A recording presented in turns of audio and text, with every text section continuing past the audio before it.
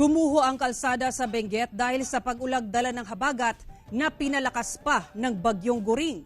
Tutukan sa report ni Russell Simorio ng GMA Regional TV 1 North Central, Luzon. Bumigay ang bahagi ng kalsadang ito sa Barangay Basyoy, Kabayan, Benguet dahil sa landslide bunsod ng walang tigil na pag-ulan. Apektado ang ilang residente at motorista.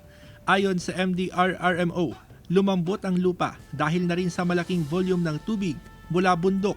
Hindi kaya yung volume ng tubig, tumaan dun sa mismo sa kalsada, tapos tinangay na yung lupa.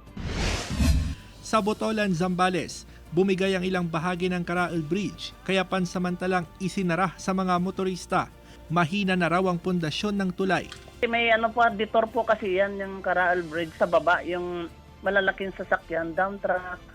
Doon sila dapat dadaan. Ay siya, doon doon sa taas. Kaya bumigay. 1.4 meters na taas ng high tide ang sumalubong sa mga motorista sa ilang kalsada sa Dagupan City.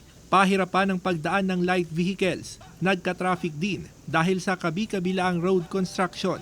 Ang ilang Dagupenyo walang magawa kundi lumusong sa baha. Baha po kasi sa gilid kaya binit ko na lang po yung sapatos ko para hindi po mabasa.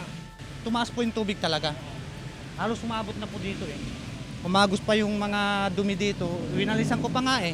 Siguro mga madaling araw doon po yung kataasan ng baha. Sa Binmalay, Pangasinan, sinulit ng mga bisita ang paliligo sa dagat ngayong long holiday weekend sa kabila ng mataas na alon. Nakadaong ang mga bangka dahil hindi pinayagang pumalaot ang mga mangingisda. Ayon sa PDRRMO, binabantayan ng mga bayan ng Binmalay, Mangaldan, Calasiao, Santa Barbara, Lingayen, mga Taram at Dagupan City sa posibleng pagbaha dahil sa epekto ng bagyong Guring. Inaasahan kasing tataas ang antas ng mga river system gaya ng Sinukalan River. Minomonitor po natin yung mga karatig bayan at saka karatig probinsya, mga kapitbahay po natin.